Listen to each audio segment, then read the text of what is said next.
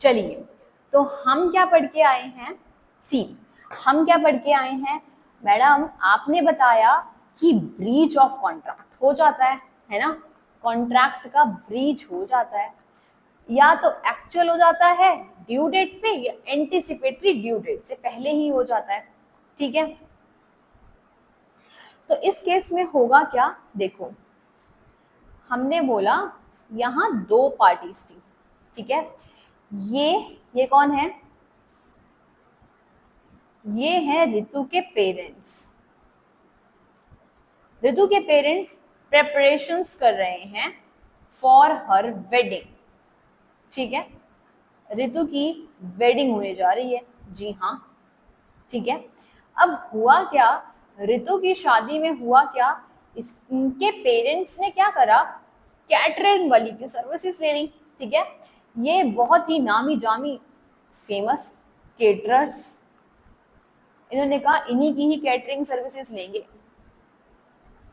है ना, इन्हीं की ही कैटरिंग सर्विसेज लेंगे। इनका नाम क्या था मैडम? इनका नाम क्या था? ये है special Punjabi services, special Punjabi catering services वाले। वाह मैडम वाह, क्या नाम है, ओ माय गॉड। ठीक है, तो ऋतु के पेरेंट्स ने बोला बेटा हम तेरी शादी पर इसी से ही क्या करने वाले हैं, वेडिंग का खाना वाना ये लोग प्रिपेयर करके देंगे। ठीक है, ऋतु के पेरेंट्स और इस पंजाबी केटरर वालों का क्या हो चुका है, आपस में कॉन्ट्रैक्ट हो चुका है। ओके, ये कॉन्ट्रैक्ट हो गया।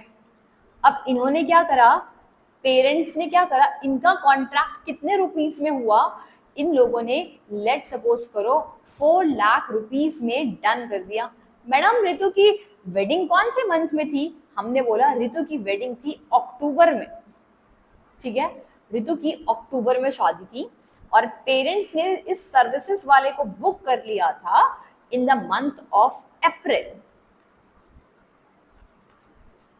तो अप्रैल, मई, जून, जुलाई, अगस्त, सितंबर, बोले तो 6 महीने पहले ही कैटरिंग वाले की सर्विसेज बुक हो चुकी थी, जो उनको बहुत नॉर्मल से प्राइस पे मिल गई। उन्होंने कहा चलो ठीक है, 4 लाख इज गुड, चलो ठीक है, डील डन हो गई।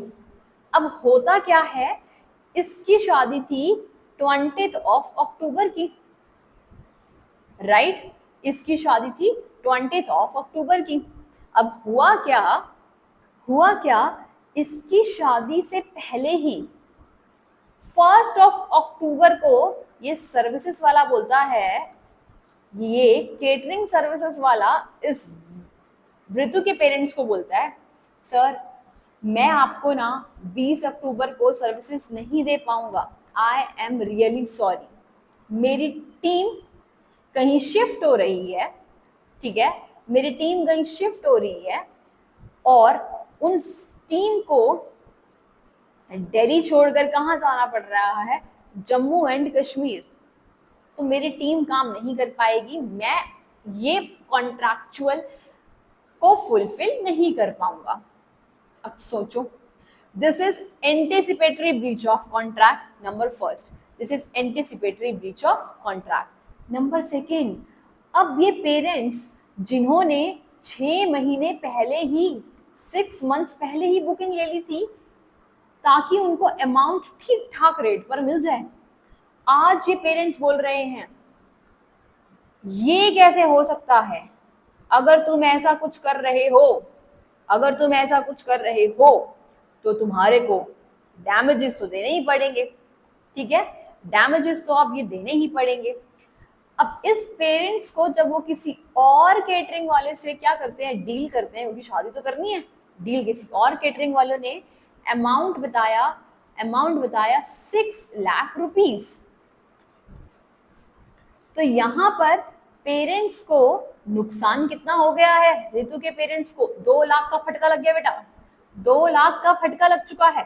ठीक है, तो इस 2 लाख जो नेचुरली अराइज हो रहा है, जो 2 लाख का नुकसान नेचुरली अराइज हो रहा है during the course of action, this is called ordinary damages, this is called ordinary damages, और ये ऑर्डिनरी डैमेजेस तो क्या करने पड़ेंगे, ये ऑर्डिनरी डैमेज तो उस पंजाबी केटरिंग सर्विसेज वाले को देने ही देने पड़ेंगे, ठीक है, जो नेचुरली एरोज होते हैं during the course of actions.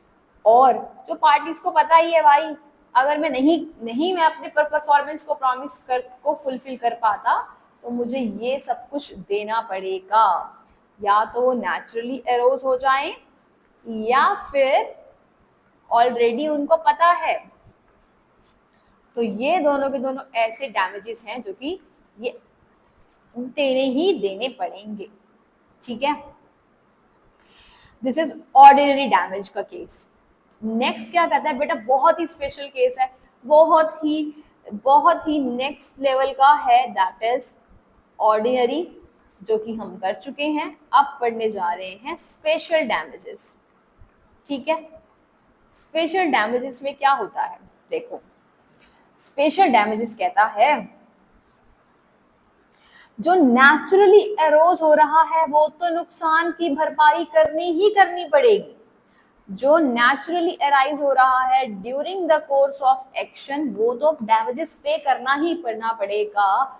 साथ में आपको क्या देना पड़ेगा, अगर आपका कुछ लॉस इन प्रॉफिट हो गया है वो भी देना पड़ेगा। जी हाँ, वो भी देना पड़ेगा। क्या कहता है ये, जैसे ऊपर वाले एग्जाम्पल में है ना, सपोज करो ये जो पंजाबी केटरिंग वाले थे, इससे ऋतु की शादी 4 लाख रुपए में डन हुई थी, ठीक है। ये एक मीडिएटर का काम कर रहे हैं, सपोज करो एक मीडिएटर है बीच में, ठीक है, ये मीडिएटर है बीच में, और फिर आगे ये ऋतु की शादी को कंडक्ट करा रहे हैं, ठीक है, ये ऋतु की शादी को कंडक्ट करा रहे हैं। अब इस मीडिएटर ने कॉस्ट बता रखी थी ऋतु के पेरेंट्स को कि भाई साहब आपका 4 लाख रुपए लगेगा केटरिंग में, ठीक है। कितना पैसा लग रहा है, 4 लाख रुपीस केटरिंग का लगेगा। लेकिन इस मीडिएटर को ये सर्विसेज पंजाबी वाले से इसने ली थी, लेट सपोज 3 लाख रुपए की, और इस विचोले को, है ना, जो विचोलिया होता है ना शादियों में, वही ये काम कर रहा है, ठीक है। मैडम विचोला ये तो वही होता है ना शादियां फिक्स कराता है, हाँ बेटा ये वही है, ठीक है। ये खा रहा है 1 लाख रुपए का प्रॉफिट, वेरी वेरी गुड। अब हुआ क्या, 20 अक्टूबर की शादी, और 1 अक्टूबर को इसने क्या कर दिया, मना कर दिया। इस बंदे ने तो क्या कर दिया, अपने हाथ खड़े कर दिए, बेटा मैं सर्विसेज नहीं दे पाऊंगा। ये हो गया, ये जो विचोला था ये हो गया आग बबूला, ऐसे कैसे नहीं कर पाएगा, ठीक है। और इसने क्या करा, इसने कोई और थर्ड पार्टी अरेंज करी फॉर अ केटरिंग सर्विसेज की, एक कोई थर्ड पार्टी अरेंज करी, जो अब उसको कॉस्ट पड़ रहा है 5 लाख रुपए का। तो 5 लाख रुपए का कॉस्ट पड़ रहा है, तो इस विचोले को नुकसान कौन सा हो गया, एक तो ये नुकसान हो गया। मैडम ये तो आपने ऊपर भी बताया था, हाँ बेटा हाँ, तो ये नुकसान जो ऊपर बताया था ये नुकसान है जो कि ऑर्डिनरी कोर्स में अराइज हुआ है, विच इज 2 लाख रुपए का।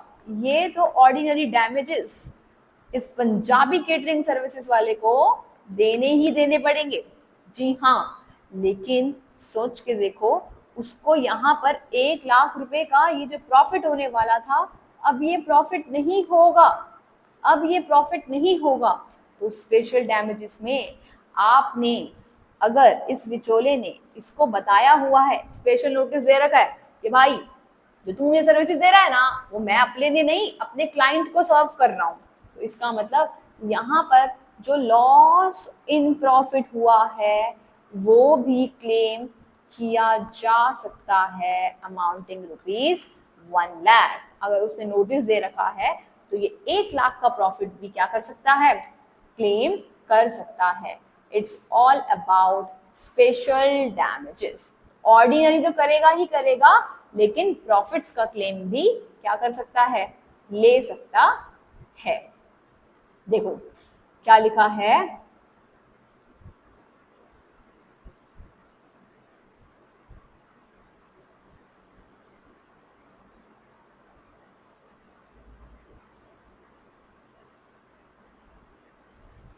कह रहा है when a contract has been broken the party who suffers by such breach, जिसके टुकड़े टुकड़े हो गए उस कॉन्ट्रैक्ट के टूटने से, किसके हो गए थे, ऋतु के फादर के, विचोले के, इंटाइटल टू रिसीव, उसको आज कुछ ना कुछ मिलेगा, उसको आज कुछ ना कुछ मिलेगा। क्या मिलेगा, कोई भी लॉस का कंपनसेशन और डैमेजेस जो कि नेचुरली एरोज हो चुका है, वो ब्रीच के लिए वो क्या है, एलिजिबल रहने वाला है। ठीक है,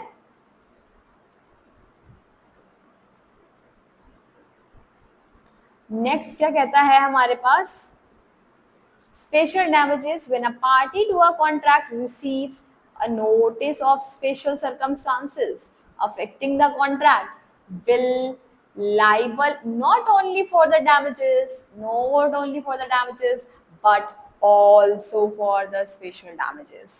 बात समझ में आती है, this is ordinary and the special damages।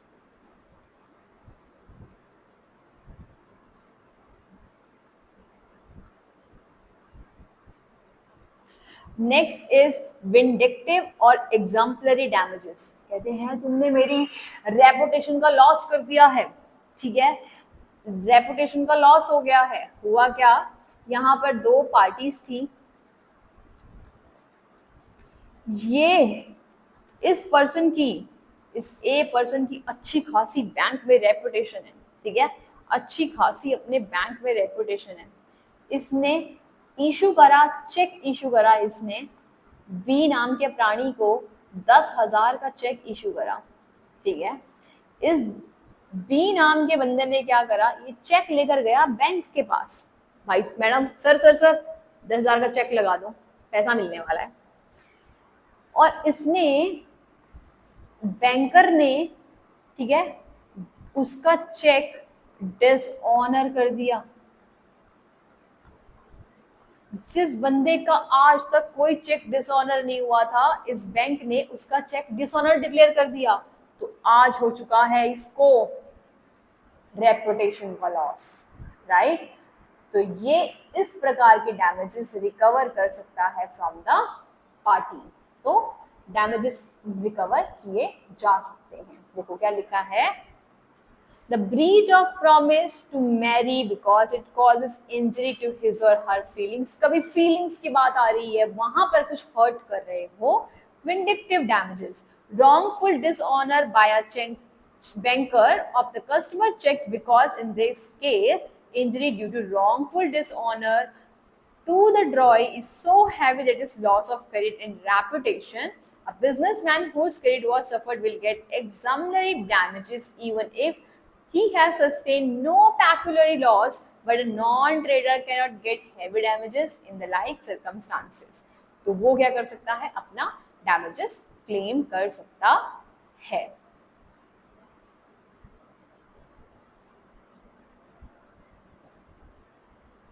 Next आता है नॉमिनल डैमेजेस। नॉमिनल डैमेजेस का मतलब क्या है, जहां पर अमाउंट बहुत नॉमिनल रहने वाला है, तो वो नॉमिनल डैमेजेस भी आप क्लेम कर सकते हो। वेयर द प्लांटिफ को ये सिर्फ प्रूफ करना होता है। प्लांटिफ को मतलब नहीं है कि डैमेजेस का अमाउंट कितना है, नहीं, जो बंदा स्यू कर रहा है उसको मतलब नहीं है कि अमाउंट कितना है, बट वो प्रूफ करना चाहता है सामने वाली पार्टी को कि तू गलत है। That is called nominal damages, ठीक है। कोई रियल डैमेजेस नहीं होता है, नॉट रियल डैमेजेस, सिर्फ और सिर्फ प्रूफ करना है कि हाँ you are wrong on your part. कुछ डेट्रॉइट हो गया, ठीक है, यहां से एक ट्रक निकला, ये ट्रक निकला है ना, दिल्ली से ट्रक निकल के जा रहा है पंजाब, ठीक है, दिल्ली से ट्रक निकल के जा रहा है पंजाब, जिसमें बहुत सारा वेजिटेबल है, बहुत सारा फ्रूट्स है, और इस बंदे ने पहुंचने में लगा दिए 4 दिन। ओ माय गॉड, तो ये सारा का सारा सामान खराब हो गया है। इसको पहुंचना था 2 दिन में, ये पहुंचा है 4 दिन में। तो भाई साहब, ट्रक वाले भाई साहब, आपको हर्जाना भुगतना पड़ेगा।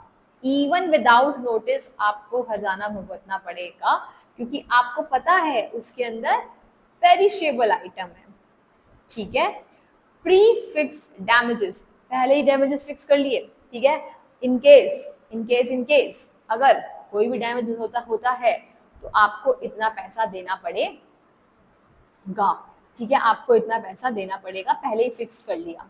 हुआ क्या, ये था पर्सन बहुत ही स्पिरिचुअल आदमी है, बहुत ही स्पिरिचुअल आदमी है। मंदिर गया, मंदिर वालों को बोल के आया 10,000 रुपये मैं दान दूंगा, पक्का पक्का मैं 10,000 रुपये देने वाला हूँ आप लोगों को। ठीक है, ये बात सुनते ही मंदिर वालों ने खर्चा करना चालू कर दिया। 7,000 रुपये का खर्चा कर दिया उन्होंने। ठीक है, मंदिर का कुछ मूर्तियां ले आए, कुछ सामान खरीद कर ले आए। अब ये पर्सन कॉन्ट्रैक्ट करने से आज मना कर रहा है, नहीं नहीं मैं नहीं देने वाला, जो कॉन्ट्रैक्ट किया था वो कैंसिल। लेकिन जितना भी खर्चा कर दिया है उतना पैसा तो तुझे देना पड़ेगा, उतना पैसा आपको देना पड़ता है। Sometimes parties to a contract stipulate at time of its formation that on a breach of contract any of them certain amount will be payable as damage. It may be proved either liquidated or penalty. Section 74 provides that if a sum is named in a contract as the amount to be paid in case of breach, the aggrieved party, Jakhmi party, is entitled to receive from the party at fault a reasonable compensation but not exceed the amount so named. भैया 10,000 तूने खर्चा कर दिया, पंडित तेरे को बोला था कि पंडित तेरे को 10,000 रुपये दूंगा, तूने नहीं दिए, और तूने 15,000 रुपये का खर्चा कर दिया और तू मांग रहा है कि 15,000 रुपये दे दो, तो उतना नहीं मिलेगा। कितना मिलेगा, जितने का प्रॉमिस किया था, जितने का अमाउंट पहले डिफाइन करा गया था, प्रीफिक्स करा गया था। ठीक है, और अगर तूने खर्चा ही साथ करा है ना बेटा, तो तुझे अमाउंट भी कितना मिलेगा, 7,000 रुपीज मिलने वाला है। This is prefix damages. Damages का अमाउंट हमने पहले ही फिक्स कर दिया कि इतना अमाउंट हम लोग क्या करेंगे, देंगे। क्लियर है जी? तो हम लोग कर चुके हैं ऑर्डिनरी